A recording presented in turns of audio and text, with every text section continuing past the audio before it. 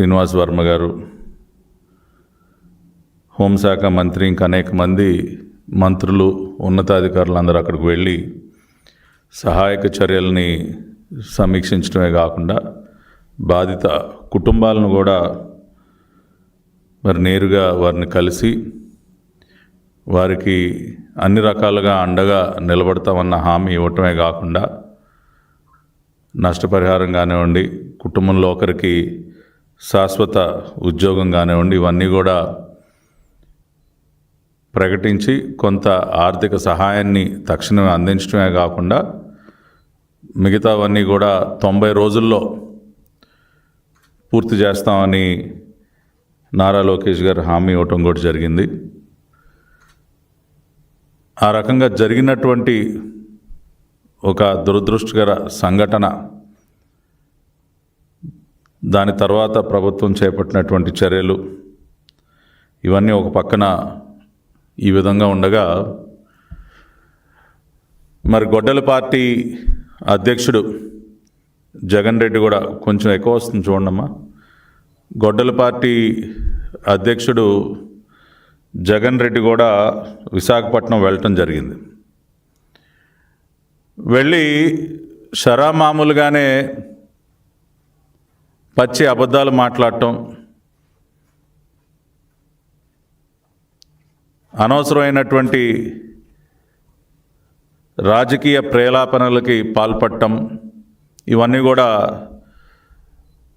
మామూలుగానే చేయటం జరిగింది.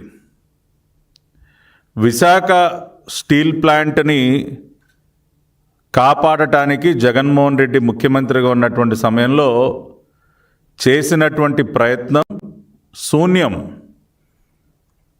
సున్నా. ఏ రకంగా కూడా వైజాగ్ స్టీల్ ప్లాంట్ని కాపాడేటటువంటి ప్రయత్నం చేయనటువంటి ఒక వ్యక్తి, అనేక సమస్యలను ఆయన దృష్టికి తీసుకువెళ్ళినప్పటికీ దాన్ని రక్షించటానికి, కార్మికుల శ్రేయస్సు కోసం ఏమాత్రం కూడా ప్రయత్నం చేయనటువంటి వ్యక్తి నిన్న విశాఖపట్నం వెళ్ళి ముసలి కన్నీరు గారుస్తున్నాడు. నేనేదో అది చేశా, ఇది చేశా అని పచ్చి అబద్ధాలు.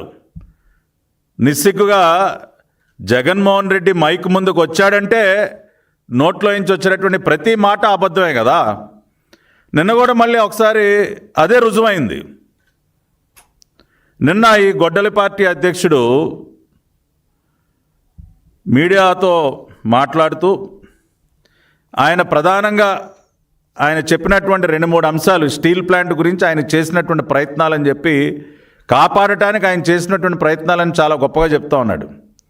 దానిలో ప్రధానమైంది ఆయన చెప్తా ఉన్నాడు, నేను 2 లేఖలు రాశా రాష్ట్ర ముఖ్యమంత్రిగా, కేంద్ర ప్రభుత్వానికి నేను 2 లేఖలు రాయటం జరిగింది.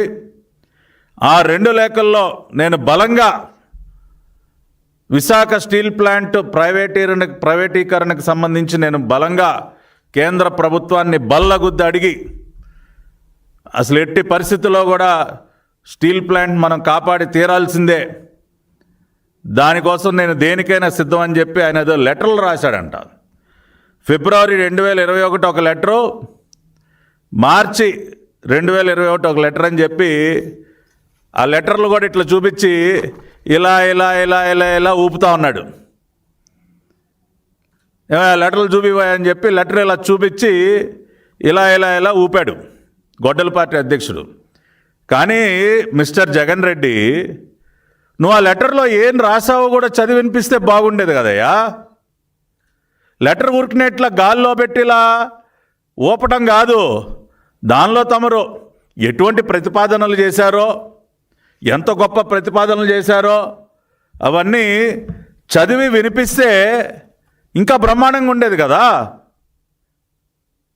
నువ్వు ఆ పని చేయలేవు. ఎందుకంటే తమరు గౌరవ ప్రధానమంత్రి గారికి రాసినటువంటి లేఖలో ఏమిందో ఇప్పుడు నేను ఒకసారి చదివి వినిపిస్తా.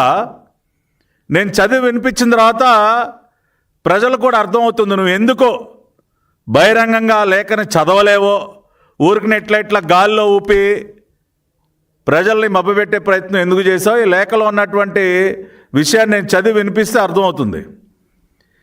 ఇది ఆ రోజున జగన్మోహన్ రెడ్డి మార్చి 9, 2021 రాసినటువంటి లేఖ. Letter number 8/CM additional secretary /2021 Shri Narendra Modiji written by YS Jaganmohan Reddy on his own letter head. దీనిలో ఆయన ప్రధానంగా ప్రస్తావిస్తున్నటువంటి అంశం ఏంటంటే అండి, I would like to draw your kind attention towards the facts. The company has around 19,700 acres of land currently, and the valuation of these lands alone could exceed 1 lakh crore rupees due to the location of the plant in the urban area and rapidly expanding urban sprawl. ఏం చెప్తా ఉన్నారంటే అండి, ఆ లేఖలో Visakhapatnam steel ప్లాంట్కి విలువైనటువంటి భూమి ఉంది. 19,700 ఎకరాల విలువైనటువంటి భూమి ఉంది. అది 1,00,000 కోట్లకి పైబడి ఉంటుంది. ప్రధానమంత్రి గారు, మంచి అర్బన్ ఏరియాలో సెంటర్లో ఉంది సార్ అని చెప్తూ ఆయన గారు ఏమన్నారంటే, ఈ లెటర్లో ఫినిషింగ్ టచ్ లాస్ట్ పేజ్లో ఆయన చేసినటువంటి ప్రతిపాదన, monetising land to make the company cash rich. ప్రధానమంత్రి గారు, ఆ భూమి అమ్మేద్దాం సార్, మనం దాన్ని తెగనమ్మేద్దాం, అమ్మేసి ఆ డబ్బులతో మంచి సొమ్ములు తీసుకొద్దాం అని చెప్పి ఆయన రాసినటువంటి మాటలు ఏంటంటే, ఉన్నటువంటి దాదాపు 19,700 ఎకరాల్లో ఇమ్మీడియట్గా RINL has nearly 7,000 acres of unutilized lands, and the measure that Government of India can take up is to monetize these lands by way of plotting and sale, and the amounts realized will make the company cash rich. So ఆయన గారు ఏం చెప్తా ఉన్నారంటే, ఈ ప్లాట్లు వేసి అమ్మేయాలంటండి. What mister Jagan Reddy, ఇదే కదా తమరు రాసింది లెటర్లో? 19,700 ఎకరాల విలువైనటువంటి భూమి, 1,00,000 కోట్ల రూపాయలు పైబడి వాల్యూ చేసేటటువంటి భూమి స్టీల్ ప్లాంట్కి ఉంది. దానిలో అర్జెంటుగా మనం 7,000 ఎకరాలు తెగనమ్మేద్దాం, ప్లాట్లు వేసి రియల్ ఎస్టేట్ వ్యాపారం చేద్దాం, ఆ రకంగా కంపెనీని ఆదుకుందాం. ఉన్న ఆస్తులు అమ్మేసి ఇంకా కంపెనీ ఆదుకునేది ఏంటండి? ఆస్తుల్ని తెగనమ్మటం అనేది కంపెనీని ఆదుకోవటమా? వాట్ మిస్టర్ జగన్ రెడ్డి, ఈ లెటర్ గురించేనా మీరు ఇంత గొప్పగా నిన్న ప్రెస్ మీట్లో మాట్లాడుతూ ఉన్నారు? ఒక్కసారి రాష్ట్ర ప్రజలందరికీ గొడ్డల పార్టీ అధ్యక్షుడు ఏం రాశాడో చదివి వినిపించి, ఎప్పటికైనా దయచేసి నిన్న ఎవరైనా అమ్మో జగన్మోహన్ రెడ్డి గారు 2 లేఖలు రాశారంట, చాలా గొప్పగా ఏదో అడిగారంట అన్న భ్రమలో కనుక ఎవరైనా ఉంటే, ఆయన లేఖలో ఏం రాశారో ఇప్పుడు చదివి వినిపించిన తర్వాత మన గొడ్డల పార్టీ అధ్యక్షుడి యొక్క నిజమైనటువంటి నైజం ఏంటో అర్థమై ఉంటుంది. 7,000 ఎకరాల భూమిని తెగనమ్మేయండి, ప్లాట్లు వేసి రియల్ ఎస్టేట్ వ్యాపారం చేసేద్దాం అని లేఖలో రాసి, దీని గురించి నిస్సిగ్గుగా నిన్న గొప్పలు చెప్తా ఉంటాయా నువ్వు? ఇదా దీన్ని పరిష్కారం అంటారా? నిన్న అందుకనే మా పార్టీ జాతీయ కార్యనిర్వాహక అధ్యక్షులు నారా లోకేష్ గారు ఆయన సోషల్ మీడియా హ్యాండిల్స్లో ఒక పాత వీడియో, గతంలో చీఫ్ సెక్రటరీగా పనిచేసినటువంటి ఎల్వి సుబ్రహ్మణ్యం గారి వీడియోను కూడా పోస్ట్ చేశారు. ఒక ఇంటర్వ్యూలో చాలా క్లియర్గా ఆయన ఏం చెప్పారంటే, one fine day chief minister నన్ను పిలిచి స్టీల్ ప్లాంట్ భూములను అమ్మేద్దాం, మనం ఇంకో రకంగా మనం ఏదో రాజధాని నిర్మాణం అని చెప్పి పెద్ద బిల్డప్ ఇస్తున్నాం కదా, దానికి వాడేద్దాం అని చెప్తే నేను షాక్ అయ్యాను. వద్దు సార్, అది కరెక్ట్ కాదండి, అట్లా ఆస్తులు అమ్మటం కరెక్ట్ కాదు అని నేను చెప్తే, అలవా నీకేం తెలుసు అని ఆయన గదవాయించాడని చెప్పి నిన్న ఎల్వి సుబ్రహ్మణ్యం గారి వీడియో ఇంటర్వ్యూలో చెప్పిన మాటలు పోస్ట్ చేస్తే, లేదు ఆయన తిట్టడం, బండబూతులో సుబ్రహ్మణ్యం గారిని తిట్టడం, పచ్చి అబద్ధాలు చెప్తా ఉన్నాడు ఆయన అని చెప్పి, మరి దీన్నేమంటారు సార్? ఇవాళ గొడ్డల పార్టీ తరఫున మాట్లాడేటటువంటి కొంతమంది పెయిడ్ ఆర్టిస్టులు ఎల్వి సుబ్రహ్మణ్యం గారు చెప్పిందంత పచ్చి అబద్ధం, అసలు మేము ఎప్పుడు అలా అనలేదని వాళ్ళు అంటున్నటువంటి వారు ఈ లేఖలో జగన్మోహన్ రెడ్డి గారు రాసినటువంటి రాతల గురించి ఏమంటారు? మీకు డే 1 నుంచి విశాఖపట్నం స్టీల్ ప్లాంట్ని కాపాడాలన్న ఆలోచన లేనే లేదు. దాన్ని ఎట్లా తగనమ్మేద్దాం, దాన్ని ఎట్లా మోతేద్దాం, దాని ద్వారా ఎలా మనం జేబులు నింపుకుందాం, ఏ రకమైనటువంటి వ్యాపారం చేద్దాం, ప్లాట్లు వేద్దామా, రియల్ ఎస్టేట్ వ్యాపారం చేద్దామా, ఈ ఆలోచన తప్పితే స్టీల్ ప్లాంట్ని కాపాడాలన్నటువంటి ఆలోచన మీకు 1% కూడా లేదు అని చెప్పటానికి, ప్రూవ్ చేయటానికి ఈ లేఖలో ఉన్నటువంటి ఈ రాతలకు మించి ఏమి సాక్ష్యాలు ఉంటాయండి?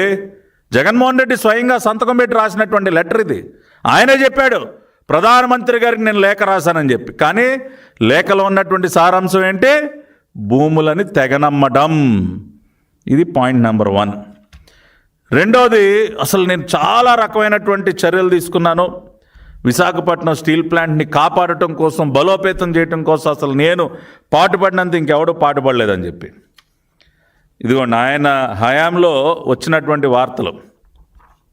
విశాఖ ఉక్కుకు జగన్ మరణ శాసనం. మ్యాంగనీస్ ఇసుక క్వార్ట్జ్ గనుల లీజు పొడిగింపునకు నో. విశాఖ ఉక్కుకు జగన్ మరణ శాసనం. ఇది సార్ మీరు సాధించినటువంటి ఘనకార్యం, ఇది మీరు చేసినటువంటి ఘనకార్యాలు ఇవి. ఏ రకంగా మరణ శాసనం అని ఒకసారి వివరాల్లోకి వెళితే, విశాఖ ఉక్కు కర్మాగారానికి విజయనగరం జిల్లా గర్భంలో 264 హెక్టార్ల మ్యాంగనీస్ గనులు ఉన్నాయండి. నెల్లిమర్లలో 64 హెక్టార్ల సిలికా. అదేవిధంగా అనకాపల్లి జిల్లా కింతాడలో క్వార్ట్జు, ఎన్టీఆర్ జిల్లా జగ్గేపేటలో లైమ్ స్టోన్. అదేవిధంగా తెలంగాణలో ఖమ్మం జిల్లా మాదారంలో డోలమైట్ గనులు ఉన్నాయి. అంటే ఇవన్నీ కూడా ఉక్కు తయారీకి అవసరమైనటువంటి ఖనిజాలు. వీటికి సంబంధించి ఈ మ్యాంగనీజు, సిలికా వీటికి సంబంధించి గనుల యొక్క లీజ్ పీరియడ్ అయిపోయి, అయ్యా మాకు లీజ్ పీరియడ్ అయిపోయింది, తక్షణమే దాన్ని రెన్యూవల్ చేయండి, లేకపోతే మా కార్యకలాపాలకి అది ఆటంకం కలిగిస్తుందని పాపం విశాఖపట్నం స్టీల్ ప్లాంట్ ఆర్ఐఎన్ఎల్ అధికారులు నెత్తినోరు బాదుకుని ఎన్నిసార్లు అడిగినా సరే 2022తో లీజ్ కాలం అయిపోయింది. 2024 వరకు గొడ్డల పార్టీ అధ్యక్షుడు ఈ రాష్ట్రానికి ముఖ్యమంత్రి. 2 సంవత్సరాల పాటు దాని లీజు పొడిగించకుండా, ఎందుకు పొడిగించలేదంటే అది ప్రైవేట్లో వ్యాపారం చేసుకోవచ్చు కదా.